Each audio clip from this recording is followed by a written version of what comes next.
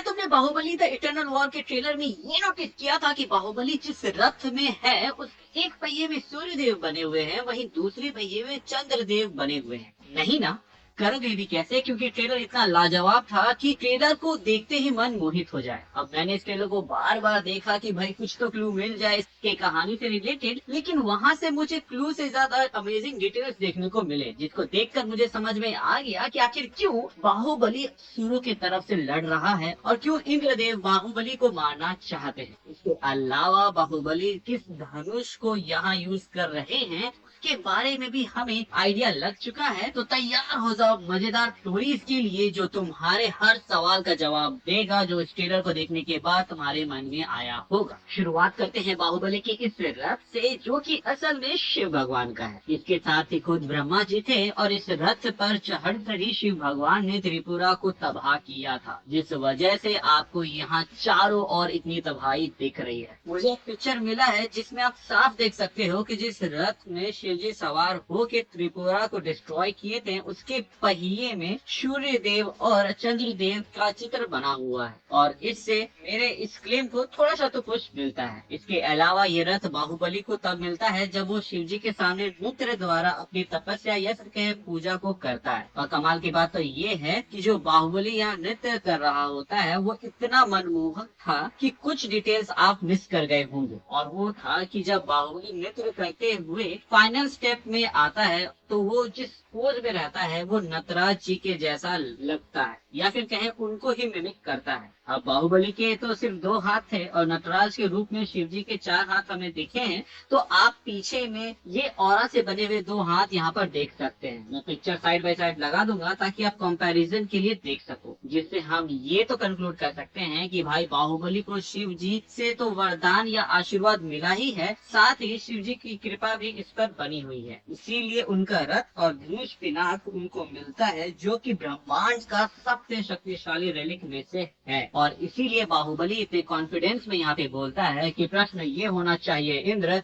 कि अब तुम्हें मुझसे कौन बचाएगा, जो कि काफी बवाल डायलॉग लगता है। अब सवाल यहाँ पर ये आता है कि बाहुबली असुरों के साइड से होकर भी शिवजी का आशीर्वाद कैसे पा लिया और यहाँ विशासुर जय महाकाल क्यों कहता है। तो भाई इसके लिए आपको उसके आंखों में देखने की जरूरत है, जहाँ आप उसके प्यूपिल यानी कि पुतली में साफ देख सकते हो कि वो एक सांप के जैसा है, और शिव जी के गले में भी वासुकी जी है, और शेषनाग को तो हम लोगों ने विष्णु जी के साथ देखा ही है। तो हम यहाँ पर ये कंक्लूड कर सकते हैं कि ये जो असुर है वो बुरा नहीं है बल्कि अच्छा होगा। एटलीस्ट इस मोमेंट तक तो वो अच्छा होगा, वरना बाहुबली इनका साइड नहीं लेता। अब यहाँ पर सोचने वाली बात ये है कि जब इंद्रा यहाँ पे आते हैं तो वहाँ पर फॉलेन सिटी ऑफ त्रिपुरा पाताल लोक लिखा आता है, जबकि सिटी ऑफ त्रिपुरा 3 लोक में था। पहला शहर था पृथ्वी लोक में जिसको कॉपर सिटी नाम दिया गया था, दूसरा शहर था भूवर लोक में जिसको सिल्वर सिटी नाम दिया गया था, और तीसरा शहर था स्वर्ग लोक में जिसको गोल्डन सिटी नाम दिया गया था। अभी जो मैंने स्वर्ग लोक कहा है ये वो लोक है जहाँ देवराज इंद्र और बाकी देवी देवता रहते हैं, ना कि वो शुरू के 7 लोग। असल में टोटल 14 लोग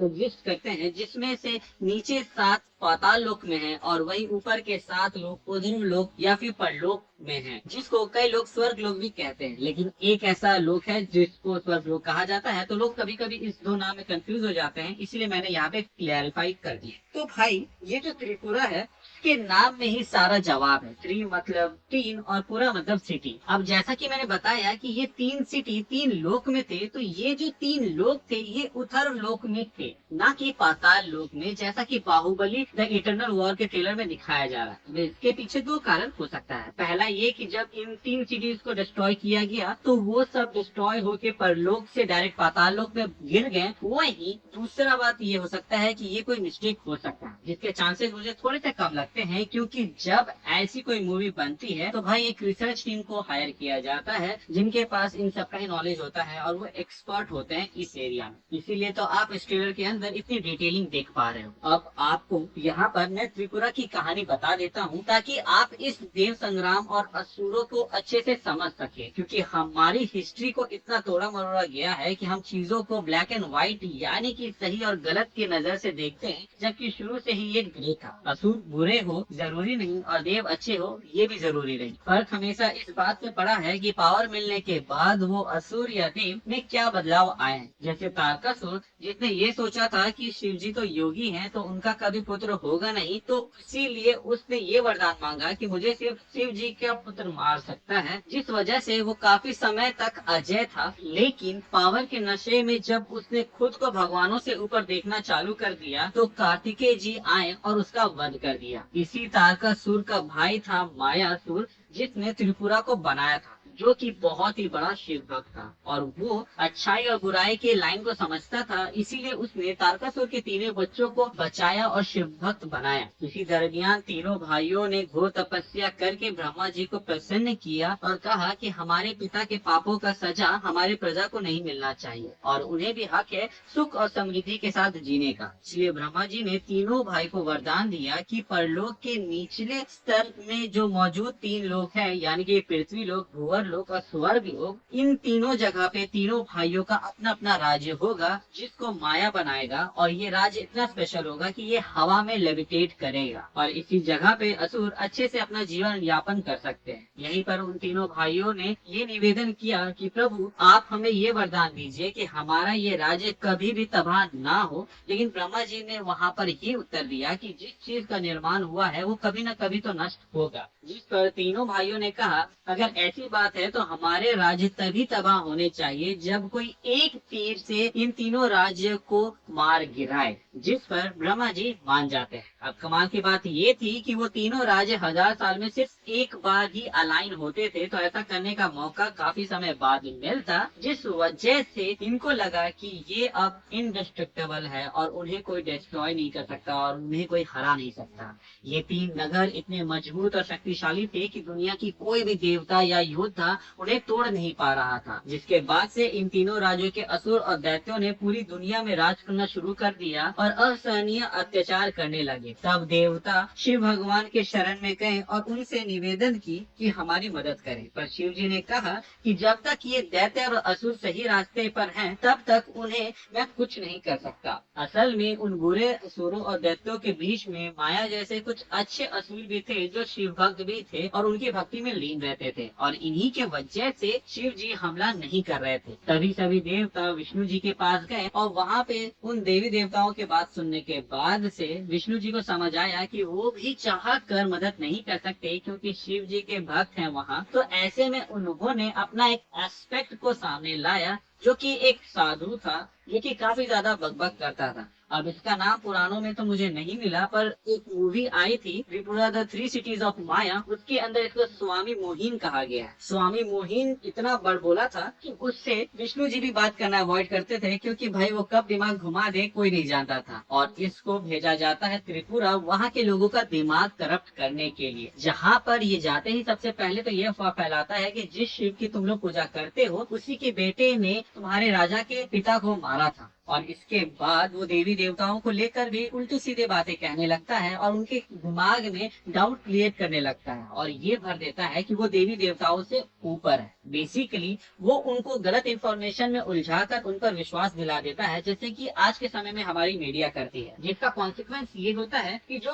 कुछ अच्छे असुर बचे हुए थे वो भी धीरे धीरे बुरे बनने लग जाते हैं और जो बुरे रहते हैं वो और भी ज्यादा बुरे हो जाते हैं, जिसके बाद से वहाँ पे त्राहिमाम मच जाता है और वहाँ के लोग मिसगाइड होने के बाद से शिव जी की पूजा करना छोड़ देते हैं और यहीं से उनके पापों का घड़ा जो कि पहले ही भर चुका था वो ओवरफ्लो होने लगता है। अब जो भक्ति उन्हें इतने समय से बचा के रखी हुई थी उसके जाने के बाद से तो शिव जी को कुछ रोक नहीं रहा था। तो इसके बाद शिव जी ने विश्वकर्मा भगवान से एक अद्भुत रथ बनवाया जिसमें ब्रह्मा साथी थे और इस रथ के पहिए में सूरज और चंद्रमा थी, जैसा कि हम लोगों को ट्रेलर में देखने को मिला। और जब वो रथ त्रिपुरा की तरफ गया तब वहाँ पर वो वक्त आ चुका था जब तीनों नगर एक लाइन में अलाइन होते हैं, जिसके बाद शिव जी ने एक ही तीर से तीनों राज्यों को ध्वस्त कर दिया। ये एक प्रतीक था कि बुराई पर हमेशा अच्छाई की जीत होती है। अब कई जगह ये कहा गया है कि माया भी उसमें मारे गए और फिर वो शिव जी में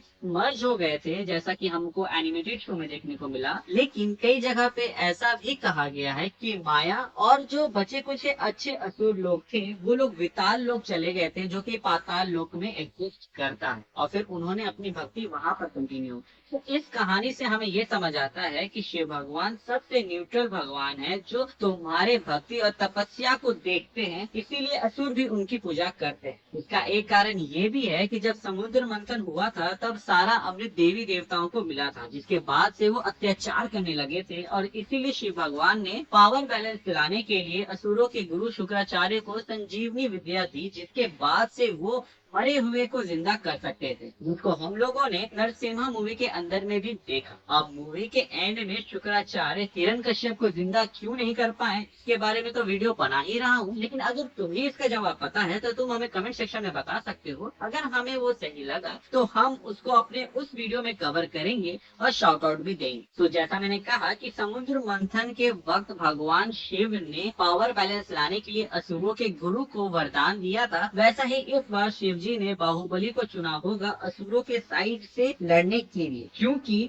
बाहुबली दिल का बहुत ही साफ है, बिल्कुल शिव जी के जैसे। जो बंदा अपने ही मामा द्वारा मारा जाने के बाद से उनके प्रति घृणा या नफरत से नहीं देखता, बल्कि वो ये कहता है कि माँ का ख्याल रखना। प्लस बाहुबली की अगर आप कहानी देखो तो उसमें वो काफी इनोसेंट और साफ दिल का कैरेक्टर दिखता है। मे भी जिन असुरों के लिए बाहुबली लड़ेगा वो अच्छे हैं, और इस बार इंद्र ने कुछ गलत किया होगा जो कि वो अक्सर करते आए हैं, जो कि आपको पता भी होगा। अब बाहुबली को शिवजी से आशीर्वाद मिला है, उसका एविडेंट हमें पूरे ट्रेलर में देखने को मिलता है, जिसका एक क्लेवर डिटेल आप इस धनुष की भी मान सकते हो, जो कि पिनाक हो सकता है। और रथ के बारे में तो मैं ऑलरेडी बता चुका हूँ। एक और डिटेल यहाँ पर जो आप नोटिस कर सकते हो वो है ये तीर का एरो हेड, जो कि दिखने में तो नॉर्मल लगता है, लेकिन उसके आगे में एक फायरबॉल फॉर्म होता है, जो कि काफी एक्यूरेट है उस कहानी से, मतलब कि पूरा की डिस्ट्रॉय होने वाली कहानी से, जहाँ पर हमें ये बताया जाता है कि जो शिवजी ने धनुष ताना था उसके एरो हेड में अग्निदेव थे। तो यहाँ पे जो वो फायर बॉल फॉर्म हो रहा है वो उनके वजह से फॉर्म हो रहा होगा। इसके अलावा डिटेलिंग की बात करें तो आप हाथियों में नक्षत्र बने हुए देख सकते हैं। प्लस मैं बता नहीं सकता कि इस ट्रेलर को देखकर मुझे कितना ज्यादा मजा आया, सिर्फ आर्ट स्टाइल ही नहीं